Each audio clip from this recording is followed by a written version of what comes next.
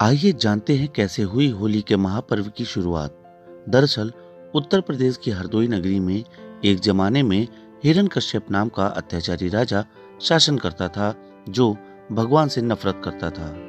होली के महापर्व की शुरुआत की कहानी इसी हरदोई जनपद से जुड़ी हुई है। हिरण्यकश्यप की राजधानी रही हरदोई में होलिका जली थी और यहीं से पूरे देश में होली की शुरुआत हुई थी। आज की हरदोई को तब हिरण्यकश्यप की नगरी के नाम से जाना जाता था। हाँ, वही हिरण्यकश्यप जो खुद को भगवान से बड़ा बताने लगा था। सबसे पहले ये जान लीजिए कि हरदोई का नाम कैसे पड़ा। हरिद्रोही का मतलब था भगवान का शत्रु। हिरण्यकश्यप भगवान को बिल्कुल नहीं मानता था, इसलिए हिरण्यकश्यप की राजधानी का नाम हरिद्रोही था, जो आज का हरदोई नाम से जाना जाता है। प्राचीन काल से ही मान्यता है कि इसी हरदोई में हिरण्यकश्यप भगवान विष्णु से शत्रुता रखता था और उसका बेटा प्रहलाद भगवान विष्णु का परम भक्त था। इसी बात को लेकर हिरण्यकश्यप पुत्र प्रहलाद से नाराज रहते थे। हिरण्यकश्यप ने अपने बेटे प्रहलाद को प्रताड़ित करने के लिए कभी उसे ऊंचे पहाड़ों से गिरवा दिया, कभी जंगली जानवरों से भरे वन में अकेला छोड़ दिया। पर प्रहलाद की ईश्वरीय आस्था टस से मस न हुई और हर बार वह ईश्वर की कृपा से सुरक्षित बच निकला।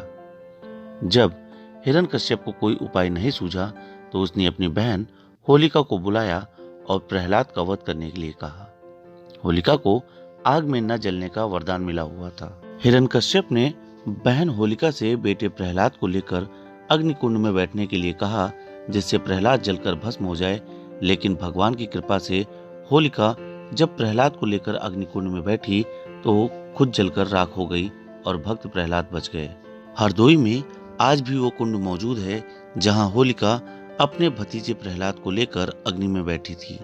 होलिका के जलने के बाद भगवान विष्णु ने नरसिंह का अवतार लिया और हिरण्यकश्यप का वध कर दिया। होलिका के जलने और हिरण्यकश्यप के वध के बाद लोगों ने यहाँ होलिका की राख को उड़ाकर उत्सव मनाया। कहा जाता है मौजूदा वक्त में अबीर गुलाल उड़ाने की परंपरा की शुरुआत यहीं से हुई। बुराई पर अच्छाई की जीत का प्रतीक मानी जाने वाली होली महापर्व तब से संपूर्ण भारत में मनाया जाता है। इस पर्व के दिन लोग अहंकार और आपसी भेदभाव को त्याग कर एक दूसरे को गले लगाते हैं, सरलता के साथ संकोच को त्याग कर रंग लगाते हैं और मानव जीवन का आभास करते हैं। हरदोई से द इंडियन ओपिनियन के लिए शिव हरि दीक्षित की रिपोर्ट।